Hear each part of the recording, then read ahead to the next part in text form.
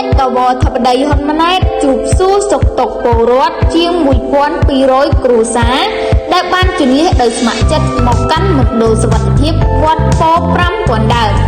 សម្ដេចតវធិបតីហ៊ុនម៉ាណែតនាយករដ្ឋមន្ត្រីនៃកម្ពុជារសៀលថ្ងៃច័ន្ទទី23មិថុនាឆ្នាំ2025បានជួបសួរសុខទុក្ខនិងពិនិត្យស្ថានភាពរស់នៅបណ្ដោះអាសន្នរបស់បងប្អូនប្រជាពលរដ្ឋដែលបានជម្លៀសដោយស្ម័គ្រចិត្តមកកាន់មណ្ឌលសុវត្ថិភាពវត្តពោធិ៍5000ដើមចំនួន 1282 គ្រួសារស្មើនឹង 3850 នាក់សម្ដេចបវរធិបតីហ៊ុនម៉ាណែតក៏បានថ្លែងអំណរគុណដល់ថ្នាក់ដឹកនាំមន្ត្រីវិជ្ជា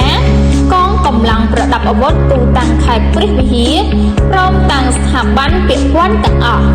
ដែលបានយកចិត្តទុកដាក់ជួយសម្រួលដោះស្រាយទុក្ខលំបាកដល់បងប្អូនប្រជាពលរដ្ឋដែលកំពុងជម្លៀសខ្លួនមកពីបណ្ដាតំបន់ប្រឈមហានិភ័យតាមបណ្ដោយព្រំដែនក្នុងភូមិសាស្ត្រស្រុកជាំសានមកកាន់មណ្ឌលសុវត្ថិភាពនេះជាស្មារតីទទួលខុសត្រូវនិងបង្ការជាមុនចំពោះសុវត្ថិភាពបងប្អូនប្រជាពលរដ្ឋសម្ដេចបវរធិបតីហ៊ុនម៉ាណែតបានបន្តថារាជរដ្ឋាភិបាលមានកាតព្វកិច្ចការពារផលប្រយោជន៍ជាតិ